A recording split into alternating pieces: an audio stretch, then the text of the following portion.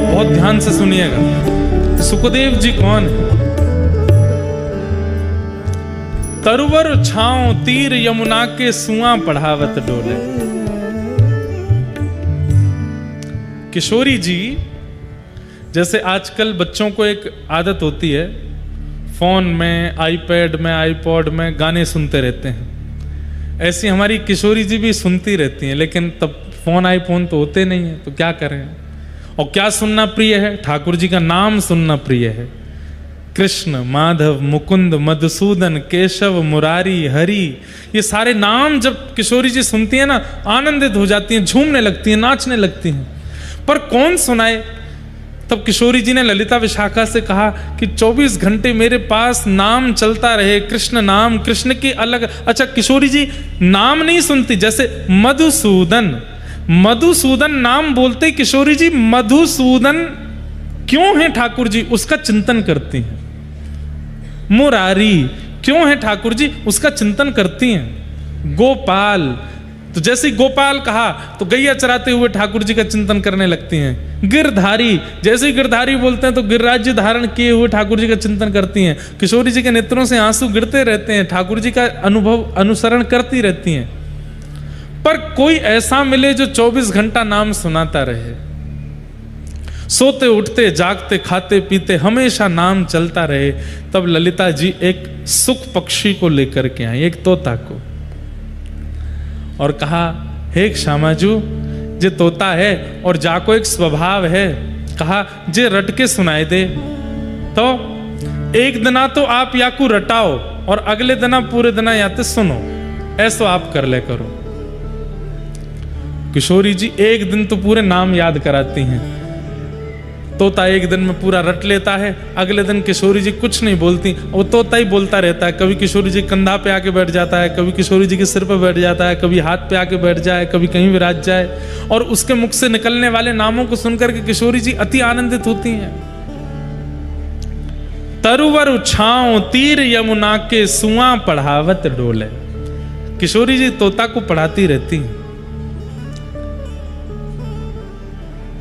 एक दिन श्याम सुंदर आए, ठाकुर जी आए। जैसे ही ठाकुर जी आए, सब ने दंडवत प्रणाम किया, सब चमड़ डोरा रहे हैं, पंखा झल रहे हैं, कोई ठाकुर जी को बीड़ी पवा रहा है, कोई लड्डू पवा रहा है, सब सखियां ठाकुर जी को मनोहार कर रही हैं, सब वंदन कर रही हैं। और किशोरी जी सब सखियों को देख रही हैं कि ठाकुर जी की खातिरदारी में कोई कमी तो ना कर रो। तभी किशोरी जी की दृष्टि पड़ी उस तोते के ऊपर। सबने प्रणाम किया, पर उस सुख पक्षी ने प्रणाम नहीं किया, उस तोते ने वंदन नहीं किया।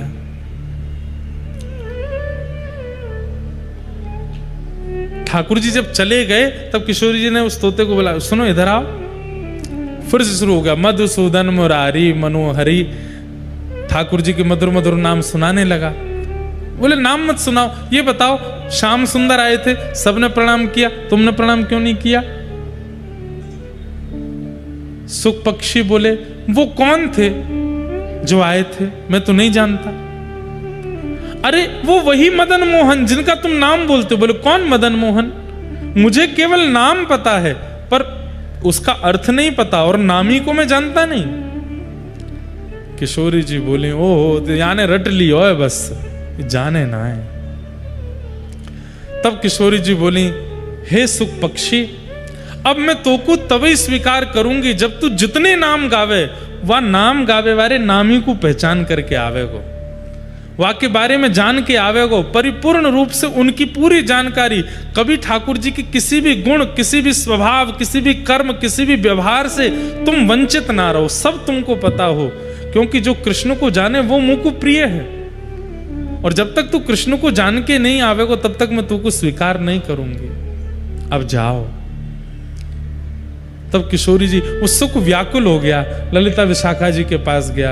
किशोरी जी मुंह को दूर कर रही हैं, कोई कृपा करो ना। बोले कृपा का, जा करके ठाकुर जी को अनुसंधान करके आ, श्रवण करके आ, सत्संग करके आ, कौन है ठाकुर जी समझ के आ।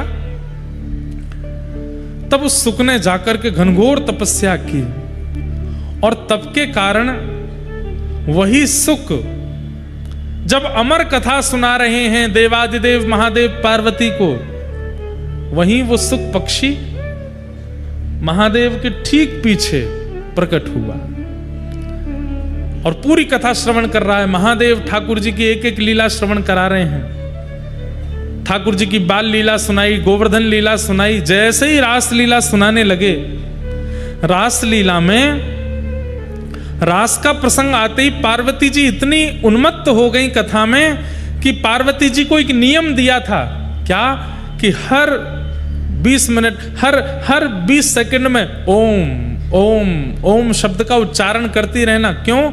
क्योंकि मैं नेत्र बंद करके कथा सुनाऊंगा, तुम सुन रही हो, इसका मुझे प्रमाण प्राप्त होता रहे।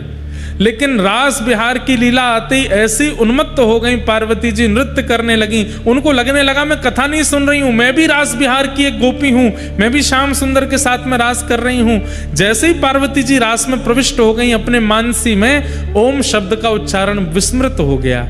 थोड़ी देर जब ओम का उच्चारण नहीं हुआ तो पीछे बैठे तोता ने मन में विचार किया, कथा विक्षिप्त हो जाएगी, कथा यहीं रुक जाएगी अगर ओम शब्द का उच्चारण नहीं हुआ। तो पार्वती जी के स्वर में उस सुख पक्षी ने ओम उच्चारण करना प्रारंभ किया।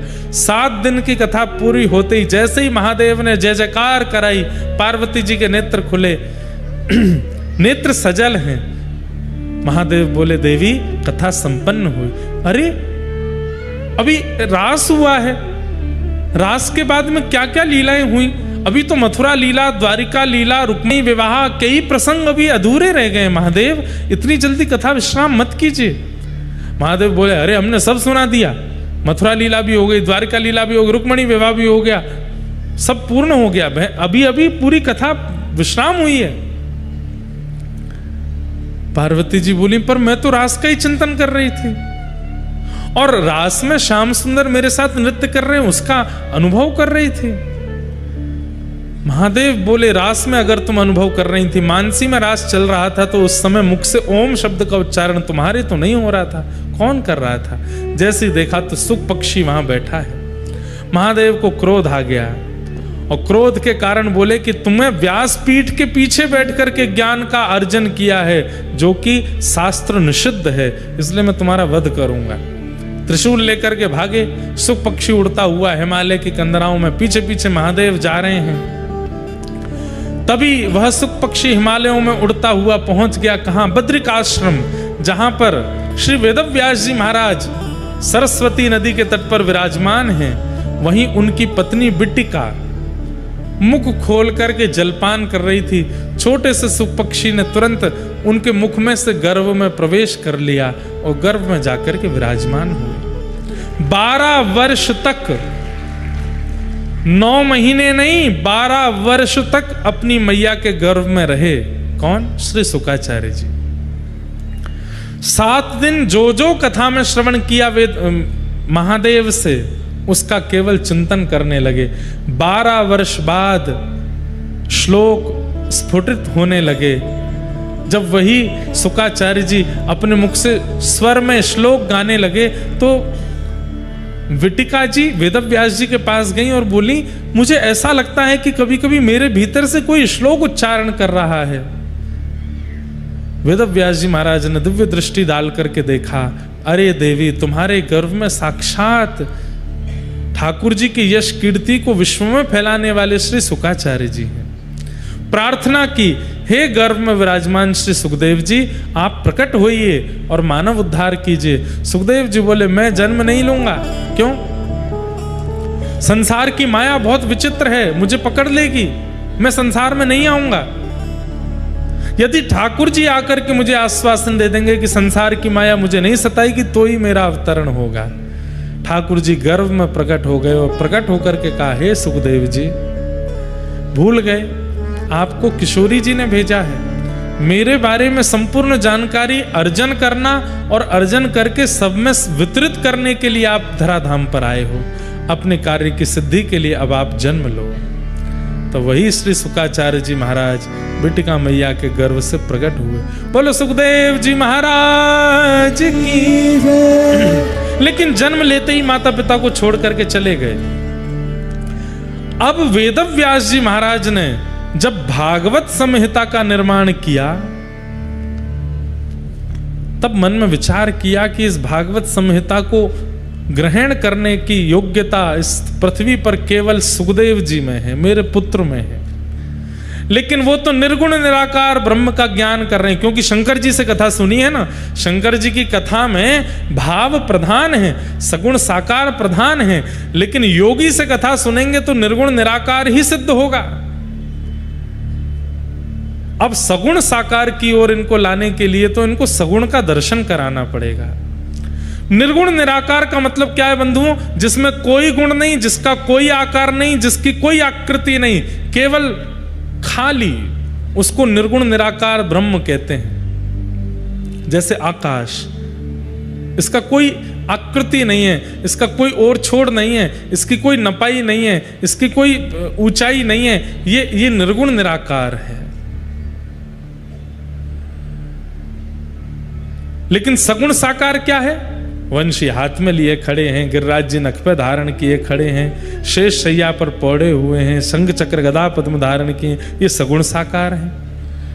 अब निर्गुण को सगुण साकार में लाने के लिए तो सगुण का दर्शन कराना पड़ेगा। तब वेदव्यास जी महाराज ने श्रीमद् भागवत जी के एक श्लोक का उच्चारण अपने समस्त शिष्यों से हिमालय की कंदराओं में करवाया। कौन सा श्लोक? वेणु गीत का श्लोक। वरहा पीणम नटवर वपु कर्णयो कर्णकारम विप्रदवासः कनक कपिसं वैजयन्तीं च मालां रन्ध्रान् वेणो अधर सुधया पूरयन् गोपवृन्दैः वृन्दारण्यं स्वपदरमणं प्राविशद् गीत कीर्ति। जिन्होंने बरहा पीड़म यानी कि मोर मुकुट पहना है, कानों में कन्नेर के पुष्प पहने हैं, पीतांबरी पहनी है, अधर पर वेणु धारण कर रखी है, नासिका में मोती लटक रहा है, अजब सी गति से चल रहे हैं और जिनके चरण रखते ही वृंदावन की शोभा बढ़ती जा रही है। श्री राम कृष्ण चरण स्पर्श प्रमोद कहते हैं गिरिराज जी और वृंदावन में प्रकट हुए वृक्ष ये वृक्ष नहीं है, तो ठाकुर जी के चरण स्पर्श से वृंदावन के रोए खड़े हो गए हैं। वृंदावन इतना आनंदित हो गया कि उसके ऊपर वृक्ष वल्लरी आदि निकुंज सघन कुंज प्रकट हो गई हैं। जब इस श्लोक का गायन शुकाचार्य जी ने सुना तो निर्गुण निराकार ब्रह्म के बीच में नन्हे से गोपाल जी मोर मुकुट पहन करके वंशी वादन करते हुए, नृत्य करते हुए, आनंद करते हुए वहां प्रकट हो गए। अब तो सुखदेव जी महाराज व्याकुल हो गए, दौड़ करके उन बच्चों के पास में गए और कहा, तुम जिस श्लोक में जिस बालक का वर्णन कर रहे हो, ये बालक कहाँ है? ये मोर मुकुट पहनने वाला, ऐसी चाल चलने वाला, पीतांबरी पहनने वाला, ये बालक कौन है? किसका बेटा है और ये कहाँ मिलेगा? जब से मैंने इसका चिंतन किया है मेरा चित्त मानो जैसे इसने हरण कर लिया, मैं इससे मिलना चाहता हूं। छोटे छोटे बालक बोले, हमें तो एक श्लोक आता है, पर हमारे गुरुजी ने अभी नई संहिता लिखी है जिसमें 18,000 ऐसे ही श्लोक हैं। आप हमारे गुरुजी के पास चलो, शायद वो आपको बता दें। शुकाचार्य जी बालकों के साथ आए, जैसे ही देखा तो गुरुजी कोई और नहीं, उनके ही पिता हैं, वेदव्यास हैं। चरणों में गिर गए, पिताजी एक श्लोक ने ऐसी छवि मेरे चित्त में प्रकट कर दी है, मैं जानना चाहता हूं ये कौन है, इनका रूप क्या है, इनका गुण क्या है, इनका लक्षण क्या है, ये मुझे कैसे मिलेंगे, इनकी प्राप्ति मुझे कैसे होगी, कृपा कर मुझे बताओ। वेदव्यास जी बोले, बैठो। और तब वेदव्यास जी ने भागवत संहिता का ज्ञान श्री शुकाचार्य जी को प्रदान किया और उन्हीं सुखदेव जी ने फिर यही भागवत की कथा गंगा तट पर बैठे हुए परीक्षित को श्रवण कराई, परीक्षित को श्रवण कराई। इस प्रकार श्रीमद् भागवत जी श्री शुकाचार्य जी को प्राप्त हुई और सुखदेव जी ने जब परीक्षित को सुनाई है, उस समय वही वेदव्यास जी भी यहाँ पर श्रोता बन के बैठे हैं, पराशर मुनि भी श्रोता बन के बैठे हैं, बड़े बड़े ऋषि, बड़े बड़े अमलात्मा, विमलात्मा, शुद्धात्मा सब कथा सुनने के लिए बैठे हैं। और श्री शुकाचार्य जी महाराज परीक्षित को जब कथा सुनाते हैं, वहीं सुन करके सब कृतकृत्य हुए, कृतार्थ हुए, आनंदित हुए। और उसके बाद घर घर में, जन जन में श्रीमद् भागवत जी का प्रचार प्रारंभ हुआ। इस प्रकार भागवत जी सब तक पहुंचे। कहते हैं कि श्री सुखदेव जी महाराज एक कथा सुनाने के बाद अंतर ध्यान हो गए, फिर कहाँ गए पता नहीं। पर हमारे ब्रजवासी कहते हैं कहाँ गए? तरुवर छाओ तीर यमुना के, सुआ पढ़ावत डोले।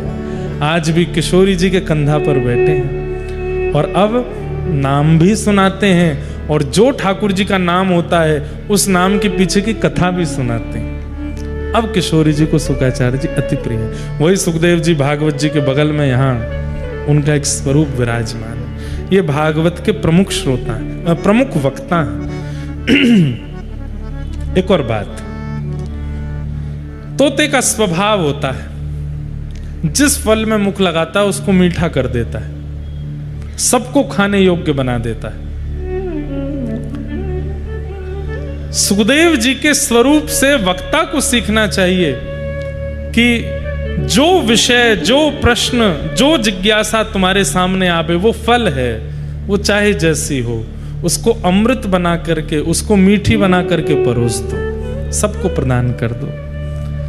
अब पूछने वाले लोग कुछ भी पूछते हैं, विचित्र विचित्र प्रश्न करते हैं, पर व्यास मंच से उसका समाधान ऐसा होना चाहिए कि सुनने वाले को ऐसा लगे कि आहा कितना मीठा मीठा भाव कह दिया, कितना प्रेम से समझा दिया, चित्त में उतार दिया।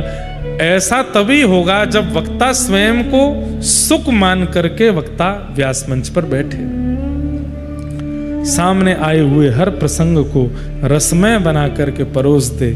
ये वक्ता का लक्षण हो, ये हमें सुखदेव जी से सीखना चाहिए। ऐसे श्री शुकाचार्य जी को, सुखदेव जी को हम बारंबार प्रणाम करते हैं। परीक्षित को 7 दिन में कथा सुननी क्यों पड़ी? ऐसा क्या हुआ जिसके कारण परीक्षित ने 7 दिन तक कथा सुनी? तब यहां से महाभारत का प्रसंग प्रारंभ हुआ। यदा मृधे कौरव संजयानाम वीरेस्वथो वीर गतिम गतेषु व्रकोदरा विग्ध गदा विमर्श भ्रग्नोरुदंडे धृतराष्ट्र पुत्रे। महाभारत का युद्ध अपने अंतिम पड़ाव पर था, लेकिन अंतिम बाजी में पांडव युद्ध जीत गए, कौरव हार गए। पर कौरवों के मुखिया दुर्योधन ने गुरुपुत्र अश्वत्थामा को कह दिया, अगर हम सिंहासन पर नहीं बैठ पाए तो ये पांडव भी नहीं बैठने चाहिए। रणभूमि में तो हम इनका कुछ नहीं बिगाड़ पाए, सोते हुए 5 पांडवों को मार दो। बंधुओं एक बात बताएं, व्यक्ति के चित्त में भक्ति नहीं है, इसीलिए दया प्रकट नहीं होती। भक्ति दया का स्रोत है। अगर किसी के चित्त में दया है तो इसका मतलब भक्ति विराजमान है। और कोई बहुत भक्ति करता है लेकिन दया के नाम पर बिल्कुल शून्य है, इसका मतलब केवल आडंबर कर रहा है, कोरा। भक्ति नहीं है उसके चित्त में, क्योंकि भक्ति होगी तो दया प्रकट करेगी। उदयपुर के एक राजा थे। उन राजा के एक सेनापति, नाम मुझे स्मृति में नहीं, भक्तमाल में कथा आती है उनकी।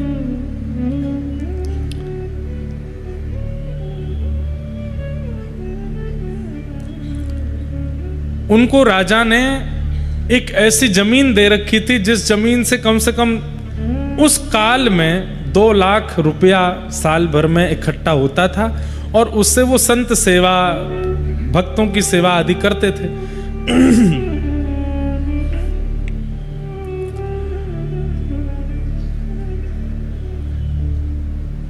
लेकिन उनके चित्त में शिकार की इच्छा अभी भी प्रकट होती थी, और राजा जब जब शिकार खेलने के लिए जाता था तो वो उदयपुर का व्यक्ति राजा के साथ जरूर जाता था, जरूर प्रस्थान करता था। तो एक बार राजा किसी हिरणी के पीछे दौड़ रहा था, उसका शिकार नहीं कर पाया, तो वो व्यक्ति जो 2 लाख रुपया साल का जो आता था, जिससे संत सेवा आदि करता था, वो अपनी तलवार लेकर के भागा और जाकर के उसने उस हिरणी का वध कर दिया। लेकिन आज उस हिरणी को मार करके उसके चित्त में एक भावना प्रकट हुई। क्यों? क्योंकि जब हिरणी का वध किया तो वो पता चला गर्भवती थी, वो भी मारी गई, उसके गर्भ का बालक भी मर गया। राजा तो बड़ा प्रसन्न हो गया, शिकार हो गया, लेकिन उस व्यक्ति को बड़ी ग्लानि होने लगी।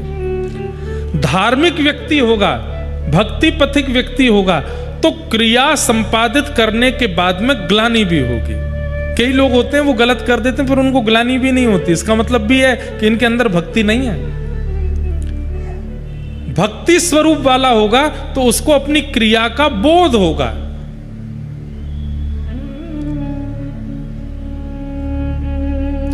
एक प्रकार से मैं कह दूं, अपने पूर्व के किए हुए कर्मों की ग्लानि होना इस बात का प्रमाण है कि ठाकुर जी ने अवसर दिया है कि अब चाहो तो आप बदल सकते हो, अब चाहो तो आप सुधर सकते हो, क्योंकि ग्लानि हो रही है चित्त में। पर ग्लानि के बाद में रोते रहना, बिल्कुल निर्बल हो जाना, ये मैंने क्या कर दिया, बस उसी चिंतन में ही पूरा समय व्यतीत करना, वो प्रिय नहीं है ठाकुर जी को। ठाकुर जी कहते आज ग्लानि हुई, कल से ही उस पर काम करना शुरू करो, मैंने जो किया अब मैं दोबारा नहीं करूंगा, इसका प्रायश्चित जो होगा वो करूंगा, उससे ठाकुर जी प्रसन्न रहते हैं। पर ग्लानि से महीनों तक, आजकल क्या होता है, ये डिप्रेशन पहले नहीं होता था, अब होने लगा। क्यों?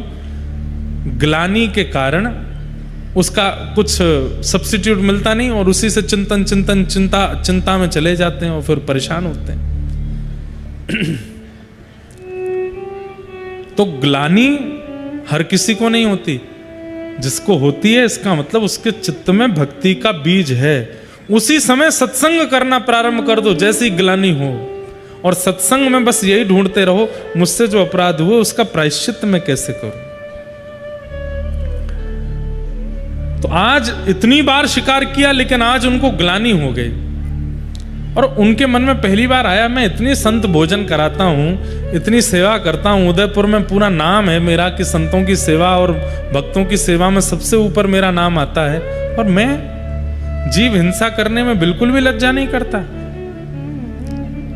लेकिन राजा तो उनको उपहार देने लगा, सबके सामने उनकी वाहवाही करने लगा और बोले आज से मैं नियम बनाता हूं, क्या हर शिकार में आप मेरे साथ जाओगे। अब राजा को मना भी नहीं कर सकते, क्यों? राजा नहीं मारेगा, देश से निकाल देगा, क्या करें। ग्लानि हो रही है कि अब ये पाप करना नहीं है, क्या करूं।